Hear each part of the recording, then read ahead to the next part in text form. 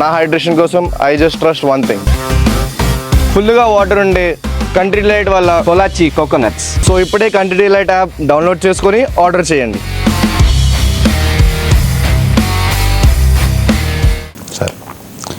సరే ఏంటి విజయసాయిరెడ్డిని ఎడాపెడా వాయించేస్తున్నారు. ఒక పక్క వైసీపీ వాళ్ళు అయితే మరో పక్క అంబటి చింతకాయల విజయ్ కూడా ట్వీట్లతో. అంటే అంబటి వ్యతిరేకించడంలో ఆశ్చర్యమేమీ లేదు, ఎందుకంటే ఆయన జగన్కు వ్యతిరేకంగా రోజు స్టేట్మెంట్ ఇస్తాడు కదా, ఎందుకంటే నెంబర్ 2 నుంచి నెంబర్ 2000 పడిపోయాడు కదా. సో అందువల్ల వైవి సుబ్బారెడ్డి, అంబటి రాంబాబు వీళ్ళందరూ అటాక్ చేయడంలో అర్థం ఉంది. ఎందుకంటే ఆయన లిక్కర్ స్కామ్లో సగం మీరు సగం నేనుగా చెప్తా అంటున్నాడు. సో ఆయన జగన్మోహన్ రెడ్డి కేసుల చిట్టా అప్రూవర్గా మారి మొత్తం చెప్తాడా అనేటువంటి భయం పట్టుకున్నది. సో అందువల్ల వైసీపీ నేతలు అటాక్ చేయడంలో ఆశ్చర్యమేం లేదు. తెలుగుదేశం నాయకుడు మరి ఎందుకు అటాక్ చేస్తున్నారంటే బహుశా అక్కడ స్థానిక పంచాయతీ ఏమన్నా ఉంటే ఉండవచ్చేమో, ఉత్తరాంధ్ర కేసే కదా.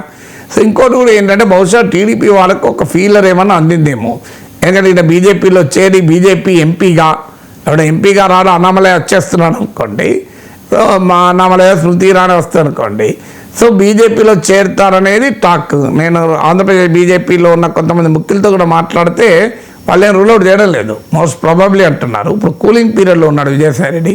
కూలింగ్ పీరియడ్ ఏంటంటే ప్రభుత్వంలో ఒక శాఖలో 5 ఏళ్ళు పనిచేసే వ్యక్తి డిప్యుటేషన్ పైన ఇంకో శాఖకి వెళితే 5 ఏళ్ల తర్వాత 1 ఇయర్ ఖచ్చితంగా మళ్ళీ పేరెంట్ డిపార్ట్మెంట్లో పనిచేయాలి. దానికి ఒక జీవో ఉంటుంది, దాన్ని కూలింగ్ పీరియడ్ అంటారు. అందువల్ల ఆ 1 ఇయర్ తర్వాత మళ్ళీ డిప్యుటేషన్కి వెళ్ళచ్చు.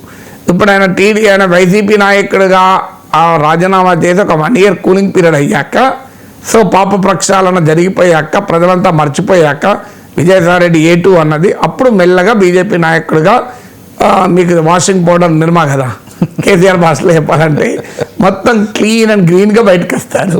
అప్పుడు మళ్ళీ తెలుగుదేశం పార్టీ చంద్రబాబు నాయుడు పవన్ కళ్యాణ్ మధ్య విజయసాయిరెడ్డి కనబడచ్చు రేపో మాపో మీకు. అందువల్ల ఆ పరిస్థితి వస్తుంది కనుక మీకు తెలుగుదేశం నుంచి విజయ్ లాంటి వాళ్ళు అటాక్ చేయొచ్చు. ఎందుకంటే బాలినేని శ్రీనివాసరెడ్డి వస్తే జనార్దన్ వ్యతిరేకించలేదా? సో వ్యతిరేకించే తప్పదు కదా. వీళ్ళు వచ్చి మీద కూర్చుంటుంటే వాళ్ళు ఏం చేయాలి మరి? సో ఈ వైసీపీ నాయకులు వచ్చి మీద కూర్చుంటే ఏం చేయాలి? ఆదినారాయణ రెడ్డి, రామ్ సుబ్బారెడ్డి బాధపడలేదా? సో ఇవన్నీ తప్పదు కదా. సో అందువల్ల మీకు ఇతర పార్టీల నుంచి నాయకులు వచ్చినప్పుడు అనివార్యంగా ఆ పార్టీలో ఈ సమస్య మొదలవుతుంది. సో అందువల్ల బహుశా అదొక డైమెన్షన్ అయి ఉండవచ్చు, స్థానిక డైమెన్షన్. ఎందుకంటే బీజేపీ నుంచి వచ్చే లోగానే బీజేపీలోకి రాకుండా కూడా అడ్డుకోవాలి అనేది కూడా ఒక ఎత్తుగడగా కూడా ఉండవచ్చు. సో అందువల్ల పాలిటిక్స్ రకరకాలుగా ప్లే అవుతాయి కదా.